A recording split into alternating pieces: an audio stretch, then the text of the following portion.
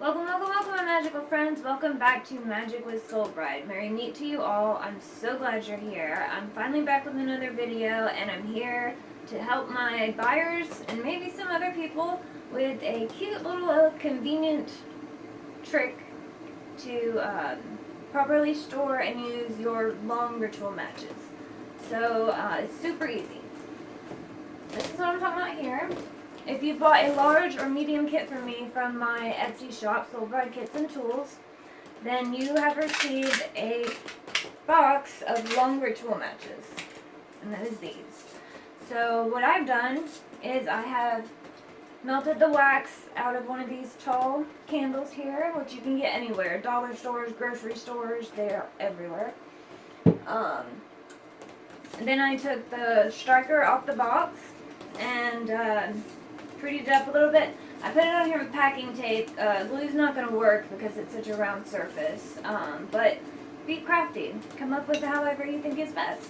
But do keep, when you're not using your matches, do keep the foil on the top because you don't want the phosphorus to get contaminated or, just go bad from air and light and all. Alright, so here is the super simple process. Well, real quick also. Another very handy thing to use them for is for smudging. So this is my feather white sage smudge stick that I use with my feather with it.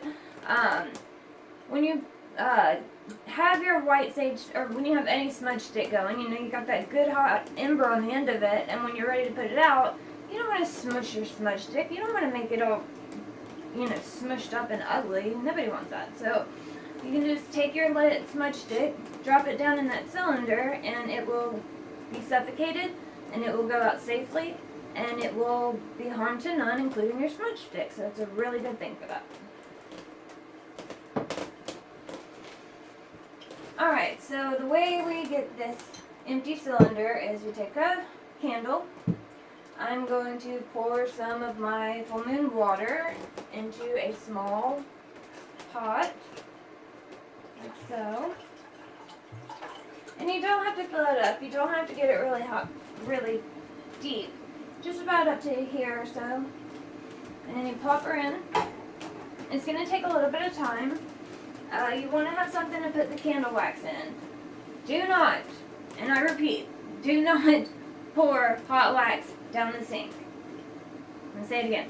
Do not pour your hot candle wax down the sink because it will cool, it will harden, and you will have a thousands of dollars problem on your hands.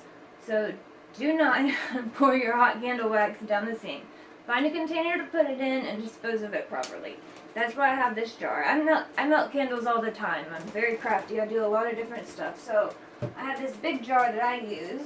But you can use anything that will safely hold hot wax. Just make sure it's not something that the heat won't hurt. And then just chunk that out. Super simple. I mean, it's not a crime to pour it outside, but I don't want to do that to Mother Earth. But I'm not going to tell other people what to do. If you want to do that, that's fine. I don't like to do that. Jar.